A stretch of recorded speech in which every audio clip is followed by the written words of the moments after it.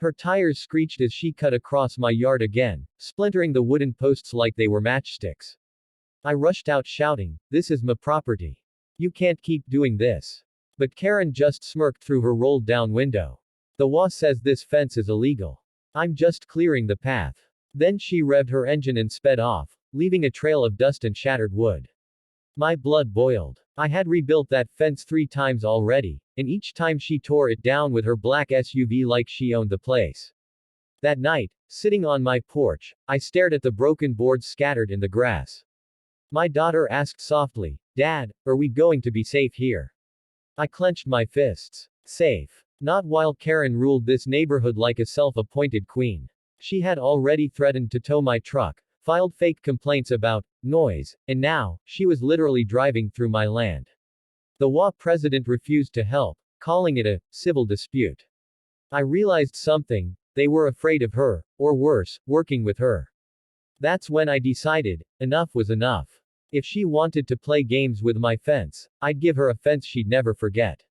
So I started planning in silence. My buddy from the army, Mike, dropped by and I told him what was going on. He just laughed and said, "Man, remember in training how we used to reinforce barriers with steel?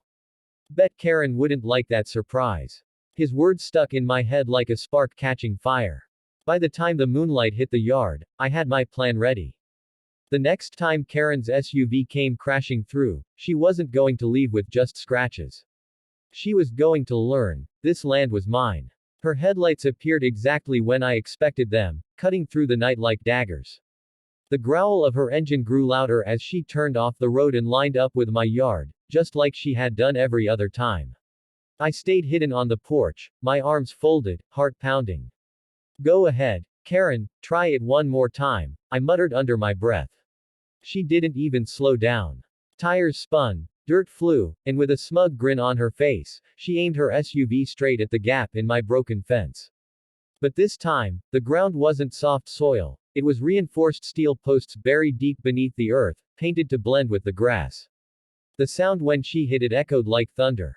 Her front bumper crumpled instantly, the hood folded like paper, and steam hissed from the engine. The impact was so hard her airbags exploded, and the screech of twisting metal sent chills down my spine. Karen's eyes went wide in shock, her hands gripping the wheel as if she couldn't believe what had just happened. I walked slowly toward the wreckage, keeping my voice calm. "Looks like the fence won this time." She was trembling with rage, face red, screaming, "You'll pay for this. I'll have you arrested. This is vandalism." Her words made no sense, but that was Karen, always twisting the rules to fit her entitlement. Neighbors started coming out of their houses, some with phones recording, others just shaking their heads. A few even cheered quietly. One man muttered, "Finally, someone stood up to her." The humiliation on Karen's face was priceless, but I knew this was only the beginning. Because instead of backing down, she grabbed her phone and barked into it, "Get the police here now. He tried to kill me." And in that moment, I realized, she wasn't just dangerous behind the wheel. She was about to twist this entire situation to destroy me. Red and blue lights flashed across my lawn within minutes, painting the wrecked SUV in a surreal glow. Karen staggered toward the officers, clutching her neck dramatically as if she had barely survived. "Arrest him," she screamed, pointing at me. "He built a death trap. He tried to murder me." The lead officer, a tall man with a stiff posture, turned to me. "Sir, step forward. Is it true you reinforced this fence?" His tone was sharp, and I could already feel Karen's smugness returning. She smirked, whispering loud enough for the neighbors to hear, "He's going to jail tonight." But instead of panicking, I kept calm. "Officer, this is my property. She's been driving through my yard for weeks. I warned her, I reported her, and no one did a thing.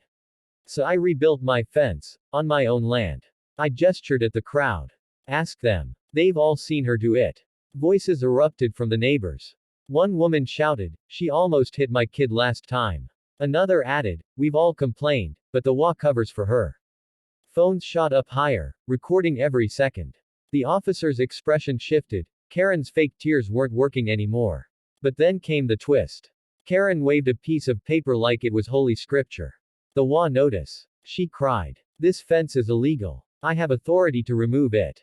The officer took it, studied it, and frowned. This isn't an official document. Where did you get this? Her face twitched. She stammered, the president of the HOA gave it to me, but before she could finish, another officer whispered something in his ear. His eyes locked on Karen again, colder this time. Ma'am, impersonating authority and filing false complaints is a serious crime. For the first time, Karen's confidence cracked. She stepped back, shaking her head. No, you don't understand.